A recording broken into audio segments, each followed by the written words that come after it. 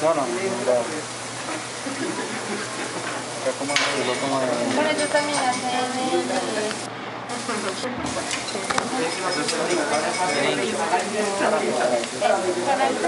Bueno, ¿cómo es batir en forma envolvente? Así, suave. Si se lo baten muy duro, pierde Consistencia. Sí.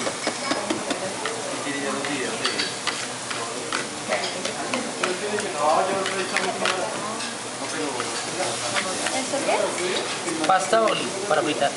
¿Ya no hemos llegado a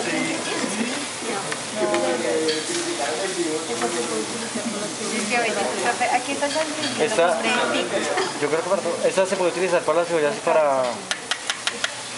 ¿Para qué más? Para empanar vegetales, todo como son vegetales, brócoli, coliflor, todo ya cocinado. ¿Sí? Al dente, ¿no? Cocinado al dente antes. Se sumergen acá y se fritan. Para el pollo, para el pescado, también. Para milanesas de cerdo, lo que sea. Sobre todo para el pescado lo usan mucho. Bueno, paño húmedo y a la nevera, la parte de abajo. Y seguimos con el postre, ¿listo?